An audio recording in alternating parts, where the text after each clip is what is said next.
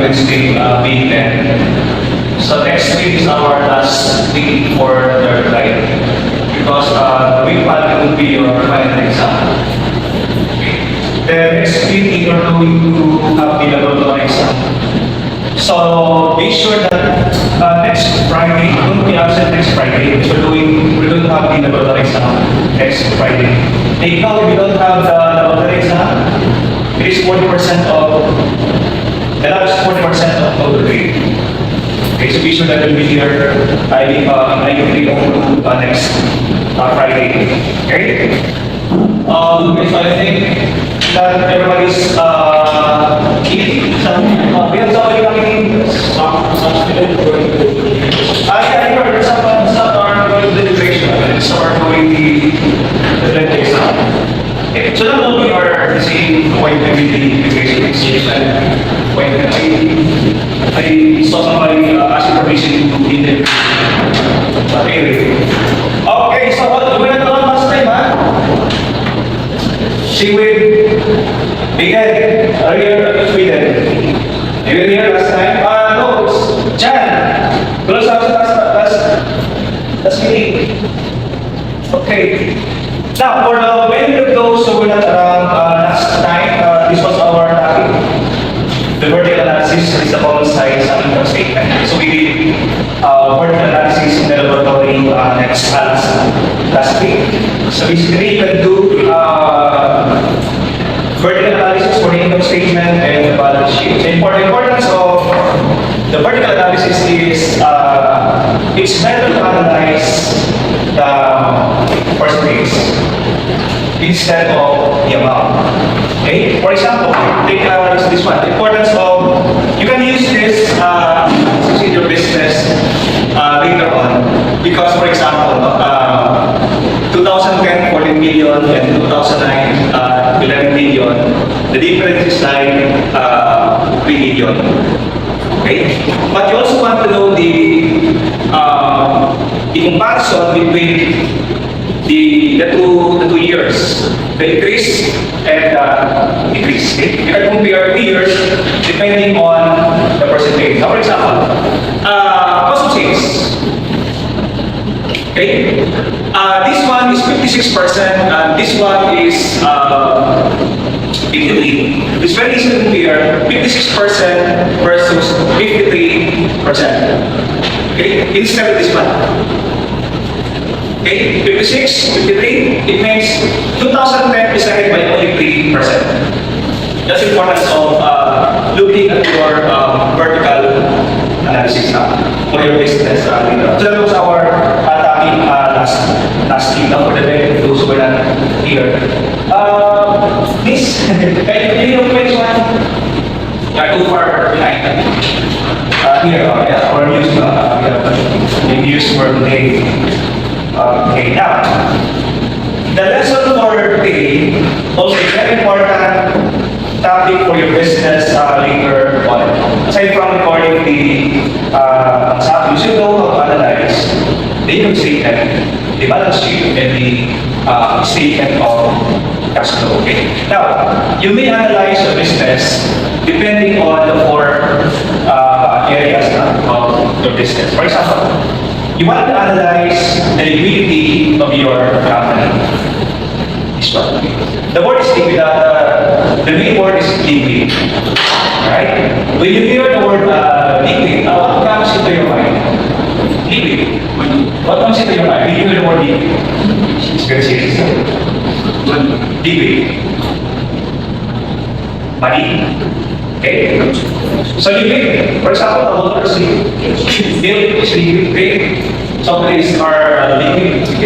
Right? But let's focus on water as liquid. Water is free flowing. Okay? You cannot prevent water. It's very smooth. Alright? So in your business, sometimes you should also be very smooth. Okay? So when we say liquid in business, it means you have enough cash to pay your obligation. Right? So when you say liquidity, it means that your business has enough cash to pay your obligation to the government, obligation to suppliers, obligation to employees. It means if you are liquid, it means you don't have enough cash. So we should make sure the liquidity of your business, right? Now, when you say solvency, solvent, okay? It means that you can pay a long-term obligation of your company. Because when you say liquid, it means you have enough cash to pay those liability payable within 1 year. Right? But when you say solvency, it means you have enough cash to pay your liability that are more than 1 year. Therefore, we have two types of liability. Those that are payable within 1 year, those that are payable within more than 1 year. For example, you have liability. You have liability to your classmates. How many you have liability? Yeah, you have liability to your classmates, your parents, right? Okay, your liability to your friends, sometimes it should be paid in 1 month. It means liquidity. But if the liability is payable for more than 1 year, more than 2 years, it means solvency. Within 1 year, more than 1 year liability. Okay? So sometimes you have liability that are payable for more than 1 year. For example, if you want to own a house in the Philippines, okay, you can have a loan from the bank. Bank, can I have a loan? I want to buy a house.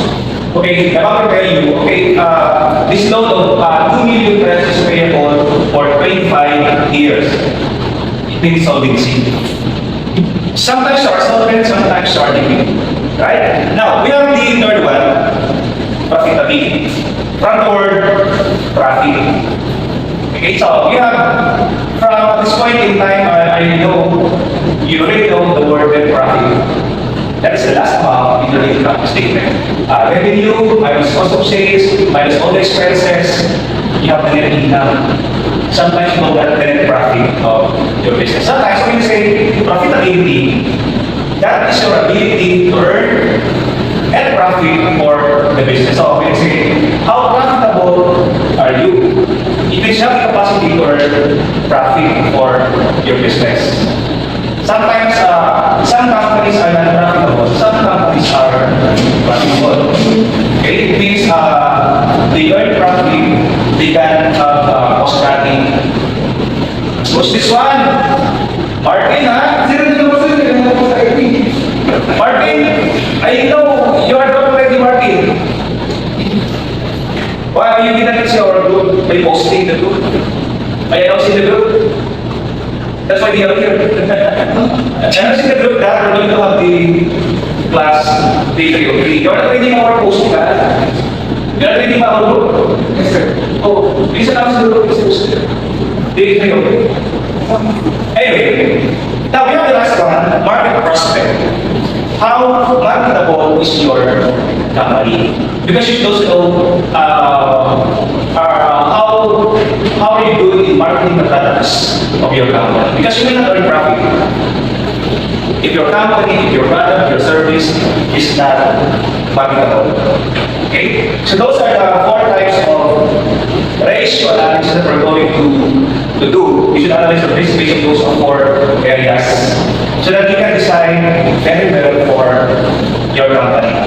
And those things are very powerful, very useful for your company. Alright? Okay, so we have this one. Liquid. The first type of analysis is the liquidity and efficiency of your company. Now, for liquidity and efficiency, we have several tools, okay, that we are going to use, that you will use in analyzing the performance of your company. How liquid is your company? And I want to acknowledge the presence of our team, Ma'am Jinleo.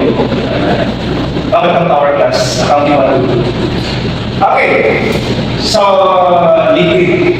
There's good that the capacity to pay your consumer obligation in 1 year, so that's liquidity. Now, we want to know if how liquid, how efficient is your business or your company. So later on after graduating from the university, you want to have your own company, your own small business. Small type, medium type, service type company, factory, or trading company, okay? And you want to analyze the performance of your company, the liquidity of your company. These are the tools that you may use in analyzing your company. Okay, we have 1, 2, 3, 4, 5, 6, 7, 8 tools. So they're very useful for your company. Now, the first tool to be used is the current ratio. Okay? So for this ratio, we just compare the current asset and the current liability. So we have two types of asset, the current and the long-term asset and the current asset. We also have two types of liability, the current liability and the long-term liability. Okay, now let's go back to the asset. The word asset. Just a bit, how do you understand the asset? Because in current ratio, we compare the asset and the liability. Okay, who can recall what is an asset? Volunteer. Volunteer, what's an asset? Can you recall? Asset, your own word, asset, people, an asset. Computer. Anything that company owns with value. Right? So, for example, I'm university business. By just looking around the room, we can see assets of the company. Some are long-term assets, some are fixed, some are current assets. So, anything owned by the company with value, computer, projector, the battery, the building itself, the tables, so those are the assets. Now, when you say liability, liability are what? Asset to liabilities, okay, so the word is owed. Something owed in business to outsider. So financial obligation business to outsider. Outsider, not including the owner of the company. Now, we're going to compare the asset and the liability. But when we see current, just the current asset and the current liability. We compare that. Okay, and we will get the current ratio. Oh, kaya yung Alex na ginagawa this place, Alex, very, if you take Alright. Now, the next one is the acid test ratio. So take note, the current ratio and the acid test ratio are being used to know if the company has enough asset to pay the obligation of the company. Okay, now we have here the account receivable. Okay, I will ask you, your number 3. Take note that they are the tools to be used in measuring the liquidity of the company. Okay, the next one is the account receivable. Okay, just the word account receivable. They don't look like a 9 years old. Because you are, it's also by the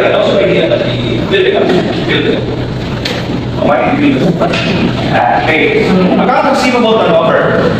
Okay, just the word turnover. How do you recall it? The word account receivable, how do you understand? This one. Account receivable. Oh, this is receivable. This is receivable. How do you know the word, how do you understand account receivable? Ay, alam mo yung